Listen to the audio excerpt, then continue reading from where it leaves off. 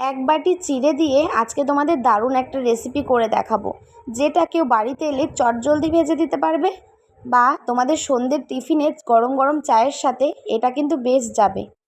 তো তার জন্য অবশ্যই কিন্তু পাতলা চিড়েটাই ব্যবহার করবে। সাথে রিফাইন্ড অয়েল আর চিনেবাদাম লাগবে। তো দেখো, অয়েলটা ভালো করে গরম হয়ে গেছে। এইবার তার মধ্যে আমি বেশ কয়েকটা চিনেবাদাম দিয়ে দিয়েছি। এটাকে একটু সময় ধরে লাল লাল করে তোমরা ভেজে নিতে পারবে। তার মধ্যে কাজু কিশমিশ সব কিছুই কিন্তু অ্যাড করতে পারো। যেহেতু আমি বলেছি একদম ঘরোয়া উপায়ে শর্টকাটে, তো তাই জন্য যেটা মানুষের বাড়িতে সবসময় থেকে থাকে সেরকম কিছু জিনিস দিয়েই তোমাদেরকে আজকে বানিয়ে দেখাবো। তো দেখো, এক মুঠো করে চিড়ে দিচ্ছি গরম তেলে, আর এরকম করে ভেজে তুলে নেব। জাস্ট গরম তেলে ফেলবে আর তুলবে। অবশ্যই একটা টিস্যু পেপার বা নর্মাল পেপারের ওপর তোমরা চিড়েগুলো নামাবে, তাহলে যতটুকু তেল থাকবে ওই কাগজে কিন্তু টেনে নেবে। তো এইভাবে ভাজতে ভাজতে আমি অনেকটাই কিন্তু ভেজে নিয়েছি, আর তোমরা দেখে বুঝতেই পারছো যে কতটা ফুলে উঠছে।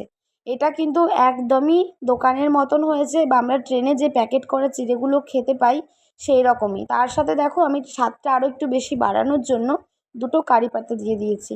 এটাকে একটু সময় নিয়ে খুব গ্যাসের ফ্লেমটা হাই করে রাখবে না, একটু মিডিয়াম টু লো আছে এটাকেও ভেজে নেবে। চলো দেখো, কথা বলতে বলতে কতগুলো চিড়ে ভেজে নিয়েছি। তার সাথে কারি পাতাটাও আমি দিয়ে দিলাম। আর এবারে দেবো এই যে চিনেবাদামটা।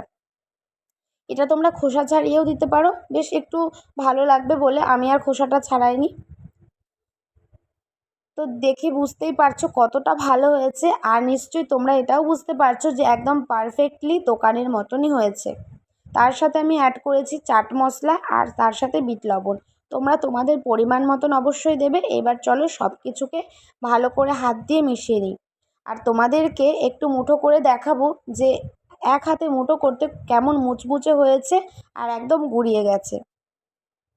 তো চলো, আর দেরি কেন, ভিডিওটা যারা শেষ পর্যন্ত দেখেছো তাদেরকে অনেক ধন্যবাদ।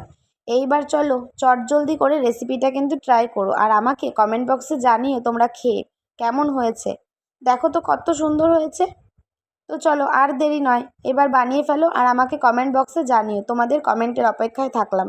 টাটা, দেখা হচ্ছে নতুন কোনো ভিডিও।